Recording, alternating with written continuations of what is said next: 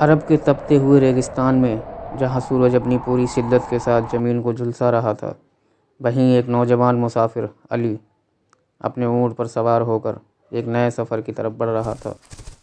علی کا یہ سفر آسان نہیں تھا، لیکن بہمتی تھا اور اس کی منزل طے تھی۔ علی دمشق کا رہنے والا تھا، جہاں اس کی ایک چھوٹی سی دکان تھی، مگر اس کا دل ہمیشہ نئے ملکوں اور نئے علاقوں کی سیر کرنے کے لیے بے چین رہتا تھا۔ وہ سنتا آیا تھا کہ دور دراز کے شہروں میں کیسے عجیب و غریب لوگ رہتے ہیں، کیسے وہاں کی تہذیب اور رسمیں جدا ہوتی ہیں۔ آخرکار اس نے فیصلہ کیا کہ وہ ایک لمبا سفر کرے گا اور نئی دنیا کو اپنی آنکھوں سے دیکھے گا۔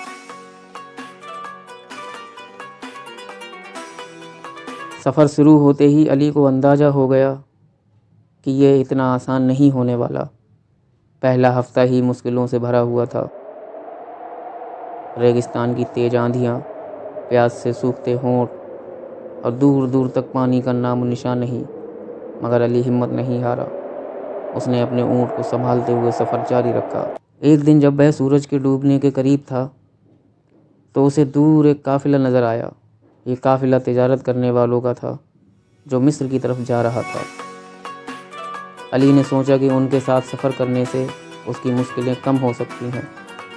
وہ قافلے کے پاس پہنچا اور ان کا مہمان بن گیا۔ قافلے میں کئی لوگ تھے، کچھ تاجر، کچھ صوفی اور کچھ مسافر جو اپنے گھر لوٹ رہے تھے۔ ان میں سے ایک بزرگ صوفی عمر بھی تھے، جن کی باتیں علی کو بہت اچھی لگتی تھیں۔ وہ سفر کے دوران اکثر علی کو نصیحتیں دیتے اور دنیا کی حقیقت سے روبرو کراتے۔ عمر نے علی سے کہا، بیٹے، دنیا ایک کتاب کی طرح ہے۔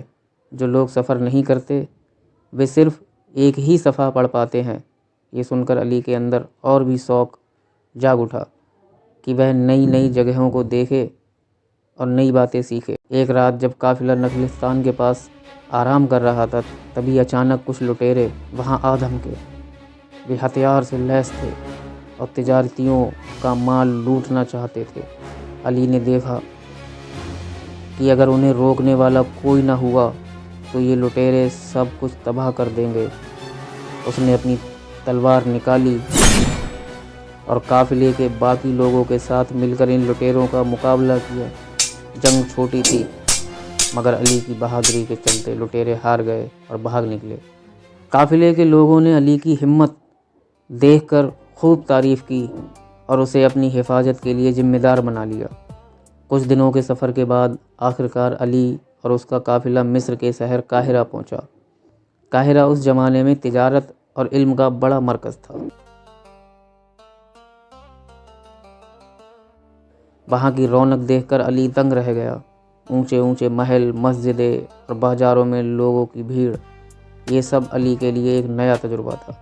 علی نے وہاں ایک تاجر کے پاس نوکری کر لی اور تجارت کے گر سیکھنے لگا۔ دھیرے دھیرے اسے سمجھ آیا کہ صرف بہادری اور ہمت ہی کافی نہیں، بلکہ علم اور عقل بھی بہت ضروری ہے۔ اس نے کئی مہینوں تک وہاں رہ کر کاروبار اور علم کی تعلیم حاصل کی۔ ایک دن علی کو ایک خبر ملی کہ اس کے والد کی طبیعت خراب ہے۔ یہ سن کر اس نے فوراً گھر لوٹنے کا فیصلہ کیا، مگر اس بار وہ اکیلا نہیں تھا۔ اب وہ ایک تجربہ کار انسان بن چکا تھا جسے دنیا کی سمجھ تھی۔ جب وہ اپنے شہر دمشق پہنچا تو وہاں کے لوگ اس کی باتیں سن کر حیران رہ گئے۔ علی نے جو کچھ سفر میں سیکھا وہ اس نے اپنے دوستوں اور گھر والوں کو بتایا۔ اس نے وہاں ایک بڑی دکان کھولی اور قاہرہ میں سیکھے گئے کاروبار کے ہنر کو اپنایا۔ علی کا سفر صرف ایک شہر سے دوسرے شہر جانے کا نہیں، بلکہ یہ سفر اس کے ذہنی اور روحانی تربیت کا بھی تھا۔ اس سفر نے اسے سکھایا کہ ہمت اور بہادری ضروری ہے، مگر علم اور تجربہ اس سے بھی زیادہ اہمیت رکھتا ہے۔ اگر انسان محنت کرے اور سیکھنے کی چاہ رکھے تو دنیا میں کوئی بھی مشکل اسے روک نہیں سکتی۔ علی کی یہ داستان ایک مثال بن گئی